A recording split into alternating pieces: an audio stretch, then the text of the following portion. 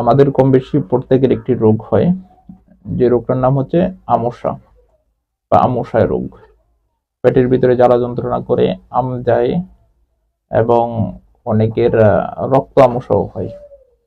অনেক সময় দেখা যায় অনেক ওষুধ বা বিভিন্ন ডাক্তারের চিকিৎসা নেওয়ার পরেও আমাদের আমশা নামক রোগটা ভালো হয় না। এটার স্থায়ী একটি তদবির নিয়ে আজকে আপনাদের মাঝে হাজির হয়েছি। যদি কাজটি আপনারা আজকে যে তদবিরটি দিব বা যে তাবিজটি দিব, ওই তাবিজটির মাধ্যমে যদি আপনারা কাজটি করতে পারেন সুন্দর করে, ইনশাআল্লাহ আমি গ্যারান্টি দিতে পারি 100% আপনি এই আমশা নামক রোগ থেকে নিষ্কৃতি পাবেন এবং আল্লাহর বিশেষ উসিলায় আপনি সুস্থ হয়ে যাবেন। তো আজকের এই তদবিরটি আপনার জন্য খুবই গুরুত্বপূর্ণ, তাই ভিডিওটিকে না টেনে একটু শেষ পর্যন্ত দেখার চেষ্টা করবেন। ভিডিওটি শুরু করার আগে সংক্ষেপে কিছু কথা বলবো। টিকটকে আমাদের কোনো অ্যাকাউন্ট নেই, আমরা কখনো আমাদের কোনো ভিডিও টিকটকে ছাড়ি না। কিছু প্রতারক চক্র আমাদের ভিডিওগুলোকে টিকটকে আপলোড করে এবং আপনাদের সাথে বিভিন্ন রকম প্রতারণা করে। প্রতারক চক্র থেকে সাবধানে থাকতে স্ক্রিনে দেওয়া 3355 নাম্বারে ভিডিও কল দিয়ে কনফার্ম হয়ে তারপর আমাকে কাজ দেবেন।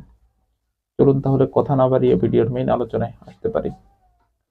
দর্শক, আলোচনা করতেছিলাম আমশা নামক একটা রোগ আছে আমাদের ম্যাক্সিমাম লোকদের শরীরে।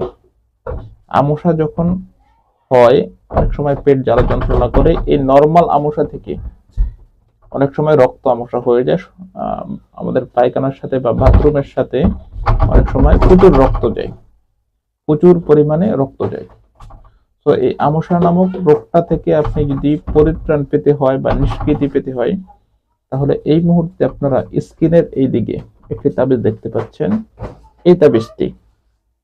এই তাবিজটিকে সুন্দর করে একটি কাগজের টুকরায় লিখবেন।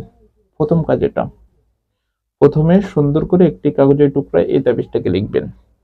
লিখে যেই লোকটার আমশা বা আমশা রোগ হয়েছে ওই লোকের কোমরে বেঁধে দিবেন। কোনো দিন কাল নেই, যে কোনো দিন আপনি যে কোনো কাগজে যে কোনো কালি দ্বারা এটা লিখতে পারেন।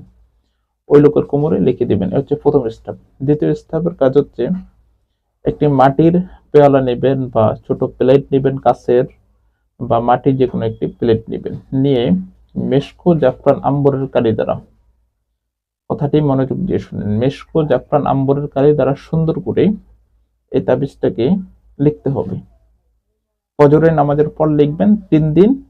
লেখার পরে পানি দিয়ে ওই তাবিজটাকে আপনি সুন্দর করে খাবেন, খেয়ে ফেলবেন। এতটুকুই কাজ। 3 দিন পানি দিয়ে ধুয়ে তাবিজটাকে খেয়ে ফেলবেন, এতটুকুই আপনার কাজ। ইনশাআল্লাহ গ্যারান্টি 100% গ্যারান্টি, 100 গ্যারান্টি আপনারা ইনশাআল্লাহ সুস্থ হয়ে যাবেন। আমি কথা দিলাম 100 গ্যারান্টি সুস্থ হয়ে যাবেন, আমি কথা দিলাম। ধন্যবাদ।